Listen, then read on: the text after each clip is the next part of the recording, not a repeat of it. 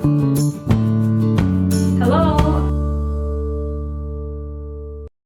guys, and welcome to my channel and to this video. Today we will be painting one super fun painting. I do believe you will like this one, and this is a nice watercolor practice here. So I will be using this Clairefontaine watercolor paper. It is 300 GSM or 140 pounds cold press watercolor paper, also 100% cotton, 20 by 40 centimeters or 8 by 15.5 inches, which I have divided into half and then stretched onto my board. This is just a MDF board. You can stretch it basically on anything, any hard surface, and it will work.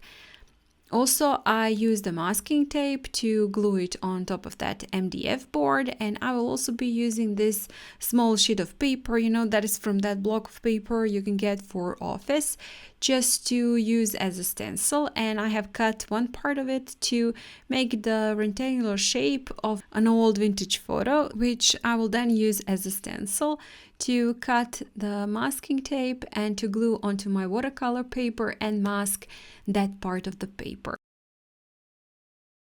You can also use here a masking fluid if that makes it easier for you, but I do believe that masking tape is something that everybody has and that is quite easy to make the stencil because it's a pretty simple shape, so why not do it like that?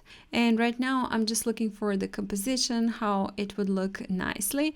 So just place them wherever you like. If you want to make them a little bit smaller or a little bit larger, that's also fine. You can use also a different size of the paper, different shape of the paper. It doesn't have to be also rectangular. It could be a circle, whatever you like to use for painting this one. And after gluing it, I did pre-wet the entire paper with this larger mob brush, and then with a smaller mob brush and some forest green from Altenew Watercolors, I've painted in the first part of my background. And as you will see, I will just be adding colors in vertical stripes, just adding one by one.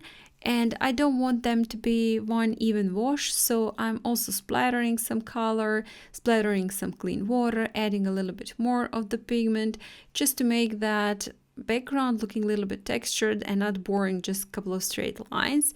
Now picking up some yellow. This is actually a raw sienna. For the first one was pink and violet, mix of pink and violet. This one is again green and then some turquoise. Those are the colors I will be using, but you can use any colors you like for your background. Mix of colors maybe that you want to mix, that you love, that are your favorite. You can definitely use them here. Now with this smaller round brush, I picked up the clean water and splattering on top, because I do want right now splatters to be a little bit smaller, so that is the reason why I'm using this smaller brush. Also a couple of splatters with white gouache, and I did wanted to add a little bit more of the texture to the background, so here and there with the smaller brush I'm adding the paints that I did use earlier, just to make those textures at the background and to make an even wash. Now with black I'm painting in the shadows for my photos, just on the right side and also on the lower part of the photo. I left it to dry completely, and when it was dry, I just picked up my ruler and divided it into, I think it was 5-6 parts. Just some of them are same, one on the edges aren't the same, they're a little bit smaller, and those in the middle are exactly the same, drawing in the lines so I could make my lines straight. And right now with this Lebanson paintbrush that I do love to use for painting lines, because it's very nice, and you can paint with it a little bit thicker and also a little bit thinner lines, so I do love that brush.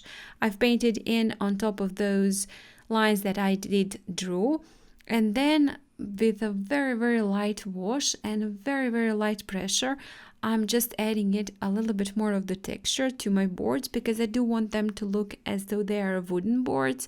Just adding those creases and those stripes on the wood, well, the one that would have. And also painting in one part of the line a little bit thinner, one part a little bit thicker, making them wiggly, wavy. And now with this micron pen from Pigma, I'm just again adding a little bit more, a little bit thinner, a little bit finer lines. This one is, I believe, 03, and I do want to add a very, very thin line, so that is the reason why I'm using this pen.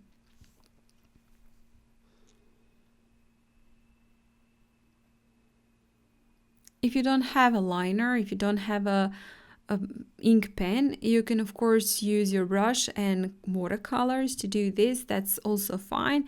As I said, I do want my lines to be very thin, very subtle, so that is the reason why I was just using this. It's, well, I guess easier.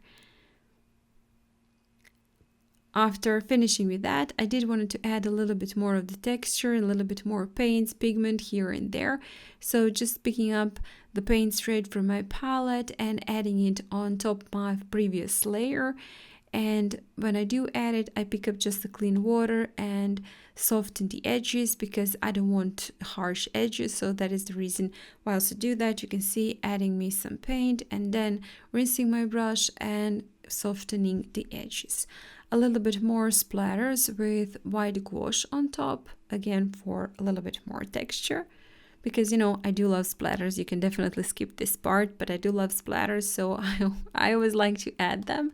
And a little bit more splatters with some black, and then I did dry it completely and added on top a little bit of the splatters, a little bit more splatters with just white gouache, because I did want this one to be straight and have sharp edges. The one that I did before were on a wet paper, so they were just spreading and bleeding and blending with my paints, and this one is on a dry paper, so they are a little bit more visible and edges are sharper.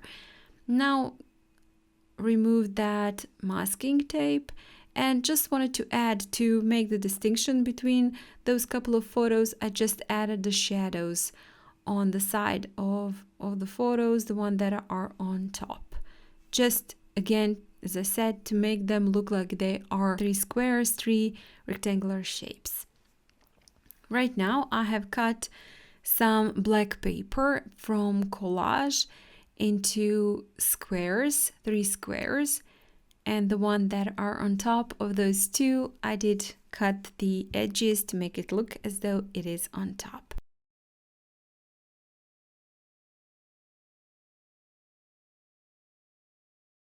Now I will just glue it with some masking tape. You can glue it with the school glue. I don't want to make this permanent. Maybe I will later on decide I want to put something else on those photos. So I did glue them just with a masking tape to make it, well, as I said, not permanent. And one more thing, just removing the tape. And I do believe it looks very beautiful, so very vibrant, super cool painting. You can actually, instead of some black paper, you can glue here real photos, or maybe photos of your work or something from a magazine.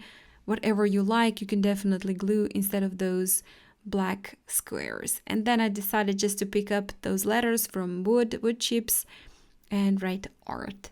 So guys, I do hope you like this video. We are done with this project, and if you do like it, please hit the like button, share it, and comment. If you haven't still, please do subscribe to my channel. That really means a lot to me.